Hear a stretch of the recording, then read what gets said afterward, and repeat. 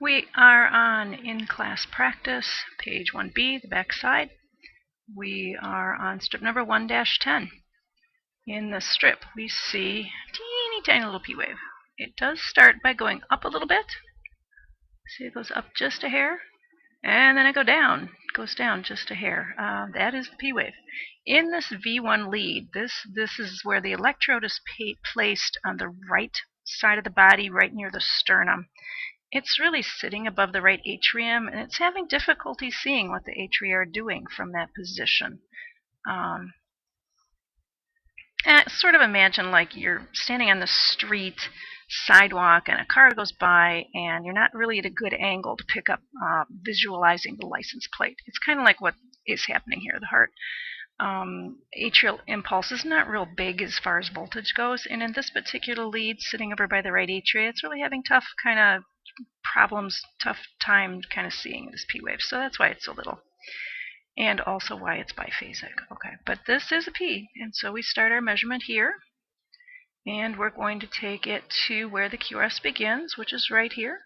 And so that will give us a PR interval of about, I'll call it 4 little boxes. Let's see, let's try this one. Sure would be easier if I could use calipers here, wouldn't it? 4, 8, 12. That's about 16 again. I'm just going to go with 16 here, which is certainly within the normal level, normal interval, so we don't have to worry about it too much more than that.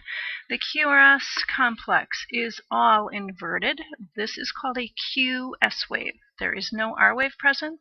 There is no Q wave present. There is no S wave present. It is this when it's all down, we just slap it together and put the Q and the S together, and we call it a QS wave. I didn't invent the system. That's just the way it is. So this QRS complex, which is all of a QS wave, starts a little bit before the heavy line here. It ends a little bit after this dotted line here. That's going to give us 1, 2, 3 little boxes, a little bit and a little bit. A little bit and a little bit, we're going to call that a box. So 3 plus 2 bits is QRS complex of 0.16. It's a little over the 3 little boxes on either side. Okay, ST segment, I don't know if you noticed.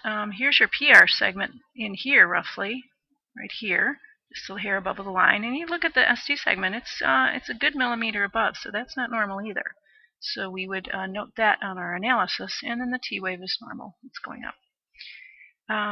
This QRS being so wide is really telling you that there's definitely something wrong with his bundle branches, and the fact that it's taking so long to get the impulse through the ventricles means that one of the bundle branches is shot, and this guy's got some very significant heart disease when you have this. In fact, any of the times that we see the QRS wide, we may be having that kind of problem. So 16 and 16 is what we get.